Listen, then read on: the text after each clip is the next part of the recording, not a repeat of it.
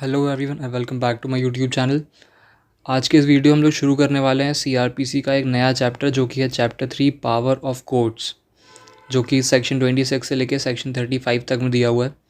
इसके पिछले वाले वीडियोज़ में हमने चैप्टर 2 कवर किया था, जिसमें दिया था constitution of criminal courts and offices, जिसमें बताया गया था कि कितने तरह के कोर्ट्स हमारे यहाँ होते हैं और वो किस तरह से कॉन्स्टिट्यूट किए जाते हैं और अदर ऑफिसेज कौन कौन से होते हैं। अब इस वाले चैप्टर में हम देखेंगे कि वो जो कोर्ट्स जो कॉन्स्टिट्यूट हुए हैं उनकी पावर्स क्या क्या हैं। तो सबसे पहले हम देखेंगे section 26, code by which offence are triable. Subject to the other provisions of this code, any offences under the Indian Penal Code may be tried by the High Court of India, the Court of Session Code, or any other court by which such offence is showed in the first schedule to be tried। मतलब कोई भी ऐसा offence जो कि Indian Penal code में दिया हुआ है वो या तो हाई कोर्ट या तो सेशन कोर्ट या फिर कोई दूसरा कोर्ट जो कि फर्स्ट शेड्यूल में दिया गया या फिर कोई ऐसा ऑफेंस जो कि फर्स्ट शेड्यूल में दिया गया हो और उस ऑफेंस के लिए जो भी कंपेटेबल कोर्ट बताई गई हो फर्स्ट शेड्यूल में उस कोर्ट में ट्रायल किया जाएगा। यानी कि या तो हाई कोर्ट में ट्रायल होगा या तो सेशन में या फिर कोई दूसरी कोर्ट जो कि फर्स्ट शेड्यूल में बताई गई है उस पर्टिकुलर ऑफेंस के लिए उस कोर्ट में उस ऑफेंस को ट्रायल किया जाएगा। Provided that offence under section 376, section 376A, section 376AB, section 376B, section 376C, section 376D, section 376DA, section 376DB और section 376E of Indian Penal Code shall be tried as far as practicable by the court presiding over a woman। तो ये जो भी section थे 376 से related ये सारे offence against women के अगेंस्ट हैं, वो वुमेंस पे हैं। तो ये जो भी सेक्शंस हैं ये उस कोर्ट में ट्रायल किए जाएंगे जिसकी प्रिसीडिंग ऑफिसर कोई वुमेन होगी। जिस भी कोर्ट में जो जज है वो अगर कोई वुमेन होगा केवल उसी कोर्ट में ये सारे सेक्शंस को ट्रायल किया जाएगा। Subsection B, any offense under any other law shall, when any court is mentioned in this behalf in such law, be tried by such court, and when no court is to be mentioned may be tried by high court or any other court which such offense is showed in the first schedule to be tried। इसका मतलब है कि अगर कोई किसी दूसरे law में अगर कोई ऑफेंस हुआ है और उस लॉ में उस ऑफेंस के लिए कोई कोर्ट बताई गई है कि अगर इस लॉ के अंडर ये ऑफेंस होता है तो ये किस कोर्ट में ट्रायल किया जाएगा, तो वो ऑफेंस उसी कोर्ट में ट्राई किया जाएगा। मतलब मान लीजिए किसी पर्टिकुलर कोई दूसरे एक लॉ के अंडर कोई ऑफेंस हो रहा है और उस लॉ में ये बात क्लियर करी गई है कि अगर इसके अंदर कोई ऑफेंस होता है तो ये इस पर्टिकुलर कोर्ट में ट्राई किया जाएगा, तो फिर वो ऑफेंस उसी कोर्ट में ट्राई किया जाएगा। लेकिन अगर उसमें कोई कोर्ट नहीं दिया है तो उस पर्टिकुलर लॉ में ऐसा कुछ डिस्क्राइब नहीं है कि अगर कोई क्राइम कमिट होता है या कोई ऑफेंस कमिट होता है तो उसे कहाँ ट्रायल किया जाएगा। तब ऐसे केसेस में जो भी ऐसा कोई ऑफेंस होता है तो उसे या तो हाई कोर्ट या फिर कोई दूसरा ऐसी कोर्ट में जिसका फर्स्ट शेड्यूल में बताया गया हो, यानी अगर वो ऑफेंस फर्स्ट शेड्यूल में होगा तो उसके रिस्पेक्टिव में जो भी कोर्ट होगी फर्स्ट शेड्यूल के अंडर उससे वहाँ ट्रायल किया जाएगा। अगला सेक्शन है section 27, jurisdiction in the case of juveniles. Any offence not punishable with death और imprisonment for life committed by any person who at the date when he was appear or brought before the court is under the age of 16 years may be tried by the court of chief judicial magistrate or by any other court specially employed under the Children's Act 1960 or any other law for the time being enforced provided for the treatment, training and rehabilitation of youth offenders। मतलब कोई भी ऐसा offence जिसकी punishment death या फिर imprisonment for life ना हो, जो कि किसी ऐसे व्यक्ति के द्वारा कमिट किया गया हो जिसकी एज कोर्ट में लाते वक्त या फिर वो ऑफेंस कमिट करते वक्त 16 साल या उससे कम हो, तो ऐसे व्यक्ति के लिए जो कोर्ट होगी या जो जज होगा वो चीफ जुडिशल मजिस्ट्रेट होगा। मतलब उस व्यक्ति के खिलाफ अगर उसने जो ऑफेंस किया है अगर वो पनिशेबल विद डेथ नहीं है और वो punishable with imprisonment for life नहीं है तो उस केस का जो ट्रायल है वो चीफ जुडिशल मजिस्ट्रेट के सामने किया जाएगा।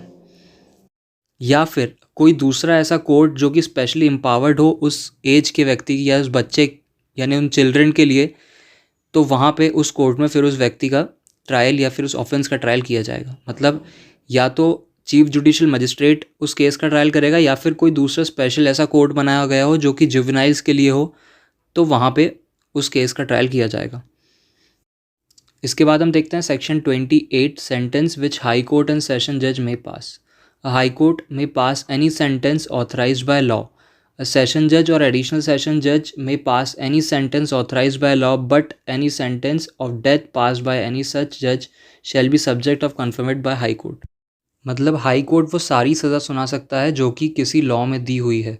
मतलब हमारे लॉ में जो भी सज़ा दी गई है, हाई कोर्ट के पास वो सारी सज़ा सुनाने का अधिकार है। वो लाइफ इम्प्रिजनमेंट भी दे सकता है और डेथ पनिशमेंट या डेथ सेंटेंस भी किसी व्यक्ति को दे सकता है अगर ज़रूरी हो। लेकिन जो सेशन जज या जो डिस्ट्रिक्ट जज होगा उसके पास डेथ पनिशमेंट देने का राइट होगा, लेकिन तब जब वो हाई कोर्ट से कंसर्न कर ले।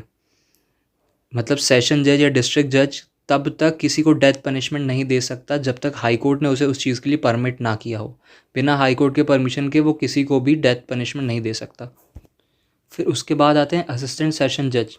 असिस्टेंट सेशन जज may pass any sentence authorised by law except sentence of death और इम्प्रिजमेंट फॉर लाइफ और imprisonment for the term exceeding 10 years. मतलब जो असिस्टेंट सेशन जज होंगे वो इस लॉ में दिया हुआ कोई भी सज़ा सुना सकते हैं किसी व्यक्ति को except sentence of death, imprisonment of life और imprisonment for term not exceeding 10 year. मतलब वो डेथ पनिशमेंट असिस्टेंट सेशन जज जो होंगे वो किसी को डेथ पनिशमेंट नहीं दे सकते, किसी को लाइफ इम्प्रिजमेंट नहीं दे सकते और ना ही किसी को 10 साल से ज़्यादा की इम्प्रिजमेंट की सज़ा सुना सकते हैं। सेशन जज के पास ये राइट है कि वो किसी को 10 साल से ज़्यादा सज़ा सुना सकता है, किसी को लाइफ इम्प्रिजमेंट भी दे सकता है, लेकिन क्या नहीं कर सकता, डेथ पनिशमेंट नहीं दे सकता हाई कोर्ट की ऑर्डर के बिना। लेकिन असिस्टेंट सेशन जज के पास वो सारे राइट्स भी नहीं होते, वो सारी पावर्स भी नहीं होती। ना असिस्टेंट सेशन जज ना किसी को डेथ पनिशमेंट दे सकता है, ना ही किसी को लाइफ इम्प्रिजमेंट दे सकता है और ना ही 10 साल से ज़्यादा की इम्प्रिजमेंट सुना सकता है।